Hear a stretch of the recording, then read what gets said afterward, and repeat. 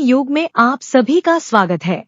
यह कहानियों का युग है, तो आइए चलते हैं इस युग में और कहानियों का आनंद लेते हैं। गांव की एक दुखी औरत के जालिम पति की बुराई करते हुए उसकी पड़ोसन तारामती बोली, आग लगे ऐसे पति की मुंह में। ये सुनकर जयगोपाल बाबू की पत्नी शशिकला को बहुत दुख हुआ और उसे चोट भी पहुंची। उसने कुछ कहा तो नहीं, पर मन ही मन सोचने लगी, क्या औरत को कभी भी अपने पति के लिए ऐसी भयानक बातें कहनी चाहिए? क्या पति के मुंह में किसी भी तरह की आग लगाने की कल्पना करना एक नारी के लिए शोभा देता है? शशिकला को चुप देखकर तारामती और उत्साहित हो गई। वह बोली, ऐसे पति से तो जन्म जन्म की विधवा भली। और फिर उठकर चली गई। उसके जाते ही वह बैठक खत्म हो गई। शशिकला गहरी सोच में डूब गई। वह सोचने लगी, वह अपने पति के बारे में कोई बुरा ख्याल भी नहीं ला सकती। उसका सारा प्यार और भावना अपने दूर देश गए पति की ओर उमड़ने लगा। वह उसी जगह औंधी होकर लेट गई जहाँ उसका पति सोया करता था। बार बार तकिए को गले से लगाकर चूमने लगी और उसमें से पति के सिर के तेल की खुशबू महसूस करने लगी। फिर उसने दरवाज़ा बंद किया और बक्से से पति की पुरानी तस्वीर और एक चिट्ठी निकालकर बैठ गई। वो दोपहर ऐसे ही बीत गई।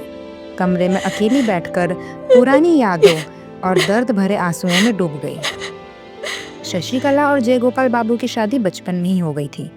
इतने सालों में उनके बच्चे भी हो गए थे। दोनों ने लंबे समय तक साधारण जिंदगी में साथ बिताया, बिना किसी दिखावे के, पर प्यार हमेशा बना रहा। लगभग 16 साल बाद अचानक जयगोपाल को नौकरी के लिए बाहर जाना पड़ा और ये दूरी शशि के मन में प्रेम की एक नई लहर ले आई। जितनी दूरियां बढ़ी उतना ही उसका दिल बेचैन होने लगा। इस अकेलेपन में उसका दिल अंदर से टूटने लगा।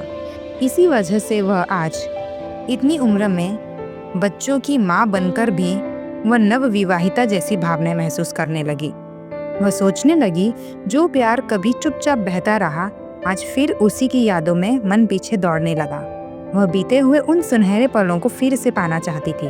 वह ठान चुकी थी कि जब उसका पति लौटेगा वह कभी कोई झगड़ा नहीं करेगी, उसकी हर बात मानेगी, सारा काम उसकी पसंद से करेगी और उसका हर अच्छा बुरा बर्ताव भी चुपचाप सह लेगी, क्योंकि वही उसका सब कुछ है, उसका पति, उसका प्रियतम। शशिकला अकेली संतान थी।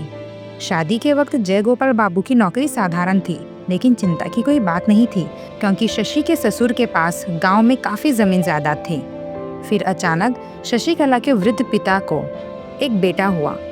सच कहे तो इस भाई के जन्म से शशि को बहुत दुख हुआ और जयगोपाल बाबू को भी ये बिल्कुल अच्छा नहीं लगा।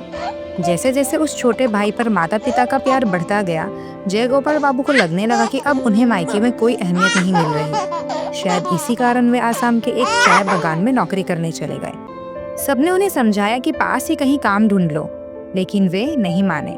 गुस्से में हो या जल्दी अमीर बनने की चाह में वे शशि और बच्चों को मायके में छोड़कर चले गए। शादी के बाद ये उनका पहला अलगाव था। पति के चले जाने से शशि को अपने दूध मोहे भाई से चिढ़ होने लगी। वह अपनी तकलीफ किसी से नहीं कह सकती थी, इसलिए उस नन्हे बच्चे पर ही गुस्सा निकालती। वह बच्चा माँ के दूध पीकर चैन से सोता और शशि अपने बच्चों की देखभाल, स्कूल के काम और छोटी छोटी बातों पर चिढ़कर घर वालों को तंग करती रहती थी। कुछ ही समय बाद उसकी माँ का देहांत हो गया।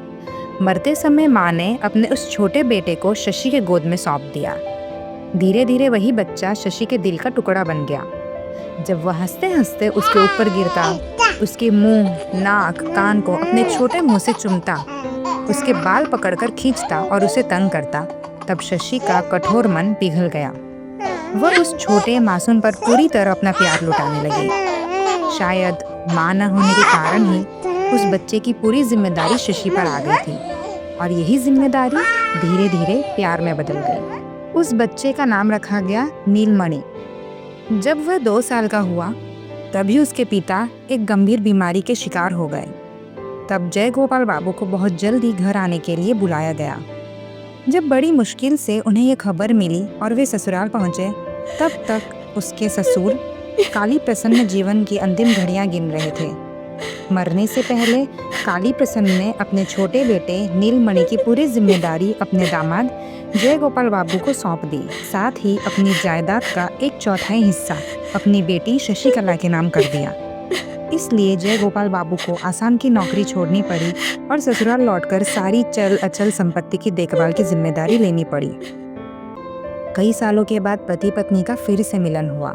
लेकिन जैसे कोई निर्जीव चीज टूटने के बाद जोड़ दी जाए तो भी उसमें पहले जैसी मजबूती नहीं आती, वैसे ही दो इंसानी दिलों के बीच जब लंबा बिछोह हो जाता है तो फिर से जुड़ना उतना आसान नहीं होता, क्योंकि दिल कोई निर्जीव चीज नहीं होता, वो जिंदा होता है जो पल भर में बदल भी सकता है और टूट भी सकता है। इसकी आगे की कहानी जानने के लिए देखिए इसका अगला भाग। आप सुन रहे थे कहानी अनाथ।